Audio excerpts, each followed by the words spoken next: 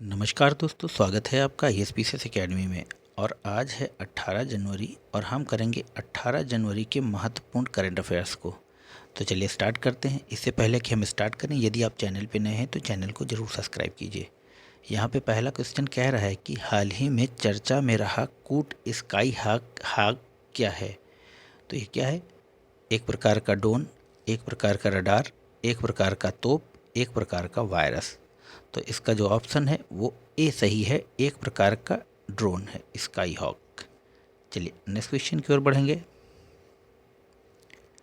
निम्नलिखित में से किस मंत्रालय के द्वारा श्रुति अमृत कार्यक्रम आयोजित किया गया? तो यहाँ पर जो पहला ऑप्शन है युवा एवं खेल मंत्रालय, बी में कह रहा है कि संस्कृति मंत्रालय, सी कह रहा है कि सहकारिता मंत्रालय और डी कह रहा है कि इनमें से कोई नहीं। तो इसका सही आंसर हो जाएगा संस्कृति मंत्रालय, ऑप्शन बी। चलिए नेक्स्ट क्वेश्चन देखेंगे। और इससे पहले कि हम नेक्स्ट क्वेश्चन देखें,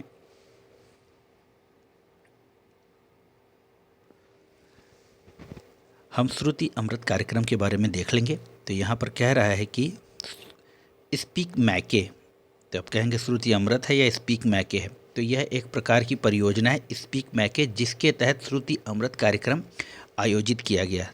तो यहाँ पर देख लेंगे कि क्या कह रहा है कि हाल ही में स्पीक मैके ने संस्कृति मंत्रालय और नई दिल्ली नगर पालिका परिषद के सहयोग से श्रुति अमृत नाम से अपनी बेहद लोकप्रिय music in the park series का आयोजन किया। इस कड़ी में वर्ष 2023 का पहला आयोजन नई दिल्ली में हुआ। स्पीक मैके यह वर्ष 1977 में शुरू हुआ एक आंदोलन है और दुनिया भर के 850 से अधिक शहरों में इसकी शाखाएं हैं। यह युवाओं के बीच भारतीय शास्त्रीय संगीत और संस्कृति को बढ़ावा देने के लिए स्वैच्छिक युवा आंदोलन है, जो भारतीय शास्त्रीय लोक संगीत तथा नृत्य, योग, ध्यान, शिल्प एवं कार्यक्रमों तथा कार्यशालाओं का आयोजन करके भारतीय संस्कृति एवं विश्व विरासत के मूर्त और अमूर्त पहलुओं को बढ़ावा देता है। तो यह हो गया स्पीक मैके। तो आपसे किसी भी परीक्षा में स्पीक मैके के बारे में भी पूछ सकते हैं। तो यह music in the park series का आयोजन करती है। श्रुति अमृत महोत्सव का आयोजन किया है इसने और यह 1977 से शुरू हुआ है, जो शास्त्रीय संगीत और संस्कृति को बढ़ावा देने के लिए एक शैक्षिक युवा कार्यक्रम है। चलिए नेक्स्ट क्वेश्चन की ओर बढ़ेंगे। 3 नंबर में कह रहा है कि हाल ही में भारत तथा फ्रांस के बीच में आयोजित नौसैनिक अभ्यास वरुण का कौन सा संस्करण है। तो आप जानते हैं ये क्वेश्चन मैं पहले भी करा चुका हूँ कि भारत तथा फ्रांस के बीच में कौन सा नौसैनिक अभ्यास है, तो वह वरुण था। और जो इसका संस्करण है, तो यहाँ पे ऑप्शन ए है 20वां, ए में 20वां और बी में 21वां, सी में 22वां और डी में 23वां। तो जो इसका सही है आंसर वो है आपका 20वां, माफ़ कीजिएगा बी का 21वां संस्करण। चलें नेक्स्ट क्वेश्चन की ओर बढ़ेंगे। और मित्रों, निरंतर अभ्यास करते रहें, क्योंकि निरंतर अभ्यास ही सफलता की कुंजी है। 4 नंबर क्वेश्चन में कह रहा है कि हाल ही में जारी survival of the richest report the India story report किस संस्था द्वारा प्रकाशित की गई।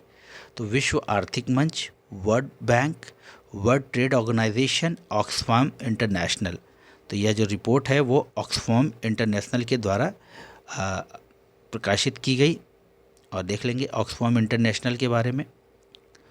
तो ऑक्सफाम इंटरनेशनल 21 स्वतंत्र धर्मार्थ संगठनों का एक संघ है, जो 90 से अधिक देशों में भागीदारों और स्थायी समुदायों के साथ मिलकर काम कर रहे हैं। इस मिशन का उद्देश्य गरीबी उत्पन्न करने वाले अन्याय को समाप्त करना है।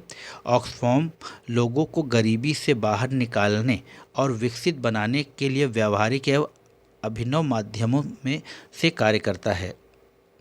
संकट आने पर वे जीवन का बचाव और आजीविका के पुनर्निर्माण में मदद करते हैं। वे अभियान चलाते हैं ताकि गरीबों की आवाज़ उन स्थानीय और वैश्विक निर्णयों को प्रभावित करे जो उन्हें प्रभावित करते हैं। और ऑक्सफाम के अनुसार भारत की जो 1% आबादी है, उसके पास देश के 40% संसाधन हैं। यानी कि 1% आबादी के पास पूरे देश के 40% संसाधन हैं। तो चलिए नेक्स्ट क्वेश्चन देखेंगे। निम्न में से कौन सा जिला देश का पहला संविधान साक्षर जिला बना है? तो ऑप्शन ए है कोट्टायम, ऑप्शन बी है एर्नाकुलम, ऑप्शन सी है कोल्लम और ऑप्शन डी है इनमें से कोई नहीं। तो जो इसका सही आंसर होगा वो होगा कोल्लम। नेक्स्ट क्वेश्चन की ओर बढ़ेंगे। हाल ही में मिस यूनिवर्स कौन बना है? तो ये अभी जल्दी में आयोजित हुई है ये प्रतियोगिता। तो ऑप्शन ए है R Bonney Gabriel, Amanda Duda, B में है ओलिविया कॉल्पो और डी में है इनमें से कोई नहीं। तो आप इनकी तस्वीर देख लीजिए, ये हैं R Bonney Gabriel, option A. चलिए नेक्स्ट क्वेश्चन की ओर बढ़ेंगे। अमेरिकी अंतरिक्ष एजेंसी नासा द्वारा वेरिटास मिशन किस ग्रह पर भेजने की योजना है? तो इस तरह के जब क्वेश्चन आते हैं तो आप बहुत ही सावधानी पूर्वक इसको पढ़िए, क्योंकि ये क्वेश्चन बहुत ही इम्पोर्टेंट होते हैं।